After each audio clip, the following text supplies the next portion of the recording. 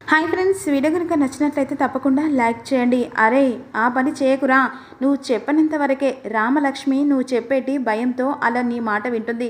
నువ్వు చెప్పిన తర్వాత ఇక ఏమీ చేయలేవురా అని చెప్పేసి ప్రభాస్ ప్రశాంత్తో ఫోన్లో అంటూ ఉంటాడు. అలాగూ వాళ్ళ నాన్నకు చెప్పేస్తావు కదా, నువ్వు బెదిరించినా రామలక్ష్మి నీ మాట వినదు. ఉన్న ఒక్క అవకాశాన్ని పోడగొట్టుకోకురా అని చెప్పేసి ప్రభాస్ అంటాడు. ఇప్పుడు ఎలా అని చెప్పేసి అంటుండగా ఏదో ఒకటి చేసేసి రామలక్ష్మిని బయటికి తీసుకురా, అంతకంటే దార్యం లేదని చెప్పేసి ప్రభాస్ అంటాడు. ఈలోపు పూజకు అన్ని ఏర్పాట్లు చేస్తూ ఉంటుంది జానకి. పెద్దమ్మ, ఇవన్నీ పనులు రామ నేను చూసుకుంటాం, నువ్వు పెద్దనాన్న దగ్గరికి వెళ్ళు అని చెప్పేసి అంటుండగా, ఎందుకు?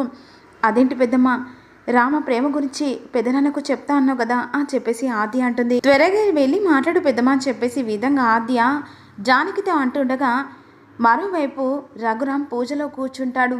ఇప్పుడు మాట్లాడే సందర్భం కూడా లేదమ్మా, ఎందుకంటే పెదనాన్న పూజలో కూర్చున్నాడు కాబట్టి సందర్భం బట్టి నేను రామలక్ష్మి విషయం చెప్తాను అని చెప్పేసి అంటుండగా, ఇక ఎప్పుడు చెప్తావు పెద్దమ్మ, ఎందుకంటే ఈ విషయం పెదనాన్నకి తెలిస్తే పెదనాన్న ఏ నిర్ణయం తీసుకుంటాడో అప్పుడు మనకు తెలుస్తుంది కదా అని చెప్పేసి ఆది అంటుంది. ఎలాగైనా నాకు మాటిచ్చిన ప్రకారంగా నేను ఈ విషయం ఖచ్చితంగా ఈయనకు చెప్తలే అని చెప్పేసి ఈ విధంగా జానకి అంటుంది. ఈలోపు రఘురాం జానకిని పిలుస్తూ ఉంటాడు.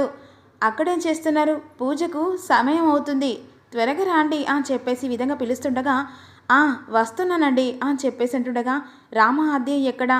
అదిగో వస్తున్నారు అని చెప్పేసి ఇక అందరు కలిసి పూజ దగ్గర కూర్చున్న తర్వాత జానకి అడుగుతూ ఉంటుంది. మీ రామయ్య ఎండకు అలసినట్టున్నాడే అని చెప్పేసి రఘురామ్ని అడుగుతూ ఉంటుంది. వెంటనే రఘురాం, మా రామయ్య ముఖంలో నవ్వు తప్ప అలసట ఎప్పుడూ ఉండదు అని చెప్పేసి విధంగా చెప్తుండగా, ఈలోపు మాత్రం ఇక ప్రశాంత్ ఎలాగైనా ఇక్కడి నుంచి రామలక్ష్మిని తీసుకెళ్లాలని చెప్పేసి ప్లాన్ వేస్తూ ఉంటాడు. ఎలా తీసుకెళ్ళాలి?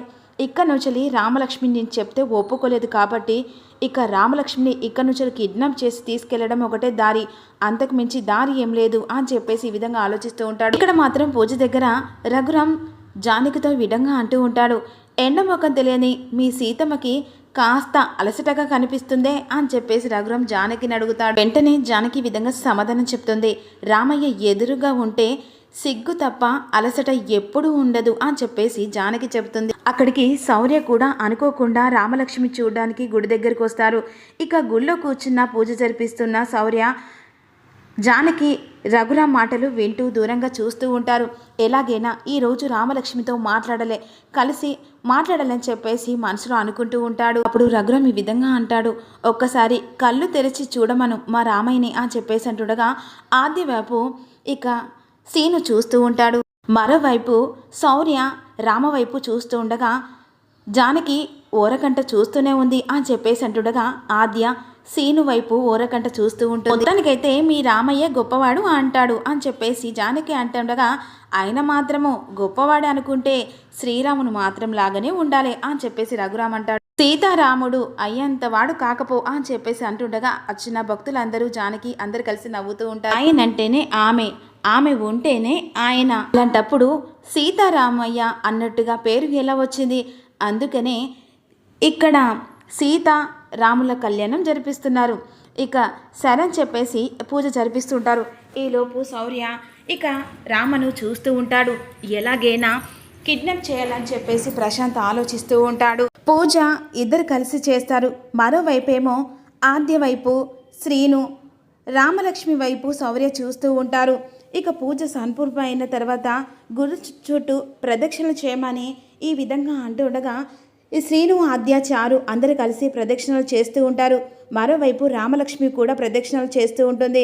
ఇక ఎలాగైనా ఆ టైం చూసుకొని ప్రశాంత్ అక్కడికి వచ్చిన తర్వాత రామలక్ష్మిని కిడ్నాప్ చేయాలని చెప్పేసి అనుకుంటాడు. ఇదే మంచి సమయం. ఇక రామలక్ష్మి ఒక్కతే గుడి చుట్టూ ప్రదక్షిణలు చేస్తూ ఉండి ఎలాగైనా రామలక్ష్మిని కిడ్నాప్ చేయాలని చెప్పేసి అనుకుంటూ ఉంటాడు. ఈలోపు రామలక్ష్మి గుడి చుట్టూ తిరుగుతూ ఉండగా ఇక రామలక్ష్మి వెనుక నుంచి వెయ్యి ఇక ప్రశాంత్ ఒక్కసారిగా అలా నోరు మూసి అక్కడి నుంచి రామలక్ష్మిని కిడ్నాప్ చేసి తీసుకొని వెళ్తుండగా శౌర్య మాత్రం రామలక్ష్మి వైపు చూస్తూ ఒక్కసారిగా షాక్ అయిపోతాడు. రామ్ అని చెప్పేసి అంటూ ఉండగా ఇక అందరూ షాక్లో ఉండిపోతారు. మరోవైపు ప్రశాంత్ కాస్త రామలక్ష్మిని కిడ్నాప్ చేసి తీసుకెళ్తుండగా ప్రశాంత్ వెనకాలే శౌర్య కూడా ఫాలో అవుతూ ఉంటాడు. ఈలోపు ఇక అందరూ గుడి చుట్టూ ప్రదక్షిణ చేసి గుళ్ళోపలికి వచ్చిన తర్వాత ఇక ఆద్య రామ వైపు చూస్తూ ఉంటుంది. రామ కాస్త ఎక్కడ కనబడదు. పెద్దమ్మ, రామలక్ష్మి కనబడ్డదా? గుడి చుట్టూ ప్రదక్షిణలు అందరూ చేస్తున్నాం, కానీ రామలక్ష్మి మాత్రం ఇంకా రాలేదు. ఎక్కడ ఉంటుంది చూడమ్మా. లేదు పెద్దమ్మ, నాకెందుకు కంగారుగా ఉంది, రామలక్ష్మి ఇంకా రాలేంది అని చెప్పేసి అందరూ కలిసి అటు ఇటు చూస్తుండగా రామలక్ష్మి ఎక్కడా లేదు. ఇక ఏంటి పెద్దమ్మ, రామలక్ష్మి ఎక్కడ లేదు అని చెప్పేసి అంటుండగా, ఏంటి రామలక్ష్మి ఎక్కడ లేదా అని చెప్పేసి ఈ విధంగా కంగారుతో గుడి చుట్టూ అందరూ చూస్తూ ఉంటారు. మరోవైపు ప్రశాంత్ రామలక్ష్మిని కిడ్నాప్ చేసుకొని వచ్చి ఒక దగ్గరికి తీసుకెడతాడు. ఏంటి ప్రశాంత్ ఇలా చేసావు, అసలు నన్ను ఎందుకు ఇక్కడికి తీసుకొచ్చావు అని చెప్పేసి అంటుండగా, నా మాట నువ్వు వినట్లేదు కదా, నన్ను పెళ్లి చేసుకోమంటే ఏదో ఒకటి చెప్తున్నావు కదా, అందుకే నిన్ను ఇక్కడ ఏం చేయాలో అది చేస్తా. ప్లీజ్ ప్రశాంత్, అలాంటి పిచ్చి పనులు చేయకు. చెప్పాను కదా నేను పెళ్లి చేసుకుంటానని మాట ఇచ్చాను కదా అని చెప్పేసి అంటుండగా, లేదు, నీ మనసులో శౌర్య ఉన్నాడని నాకు తెలిసిపోయింది. వాణ్ణి ఎలాగైనా ఆపుదామన్నా నువ్వు ఆగటట్లేవు. ఖచ్చితంగా నేను ఏదో ఒక చేస్తే ఆ కారణంగా ఇక నిన్నిచ్చి ఖచ్చితంగా నాకు పెళ్లి చేస్తారు అని చెప్పేసి చాలా మిస్బిహేవ్ చేస్తూ ఉంటాడు రామలక్ష్మి వైపు. మరోవైపు శౌర్య ఇక అడ్రస్ తెలుసుకొని రామలక్ష్మి దగ్గరికి వస్తాడు. వెంటనే శౌర్య రామలక్ష్మి దగ్గరికి వస్తుండగా ప్రశాంత్ రామ మీదకి వెళ్తుండగా ఈలో ప్రశాంత్ వచ్చి ఇక వెనుక నుంచి గల్ల పట్టుకొని ప్రశాంత్ను కొడుతూ ఉంటాడు. ఒరేయ్, నన్ను ఎందుకు కొడుతున్నావురా? అసలు నువ్వు మనిషివేరానా? నువ్వు కాబోయే భార్య అని అనుకున్నోనివి ఇలాంటి పిచ్చి పనులు పిచ్చి ట్రాప్లు చేస్తావారా అని చెప్పేసి వెంటనే అంటుండగా ఇక మరోవైపు రామలక్ష్మికి అర్థం కాదు. అంటే వీళ్ళిద్దరికీ పరిచయం ముందే ఉందని చెప్పేసి ఆలోచిస్తూ ఉంటుంది. ఇక చితకబాది అక్కడి నుంచి రామలక్ష్మిని తీసుకొని వెళ్తుండగా, అసలు నేను ఇక్కడ ఉన్నాను మీకెవరు చెప్పారు? నేను అంతకు ముందుకే గుళ్ళో మిమ్మల్ని చూసి అక్కడి నుంచి ప్రశాంత్ వీడు పట్టుకొచ్చిన చూసి వెనకాల వచ్చాను, కాపాడినందుకు చాలా థ్యాంక్స్ అని చెప్పేసి ఈ విధంగా అంటూ ఉంటుంది. అవును, అసలు ప్రశాంత్ నీకు ఎలా తెలుసు? వాడు ఎవడ కాదు మా తమ్ముడు అని చెప్పేసి అనేసరికి ఒకసారిగా రామలక్ష్మి షాక్ అయిపోతుంది. ఏంటి, ప్రశాంత్ మీ తమ్ముడా? అవును, కొన్ని అనుకోని కార్యాల వల్ల మా కుటుంబానికి నేను దూరంగా ఉండవలసి వస్తుంది అని చెప్పేసి విధంగా రామలక్ష్మికి జరిగిందంతా శౌర్య చెప్తూ ఉంటాడు.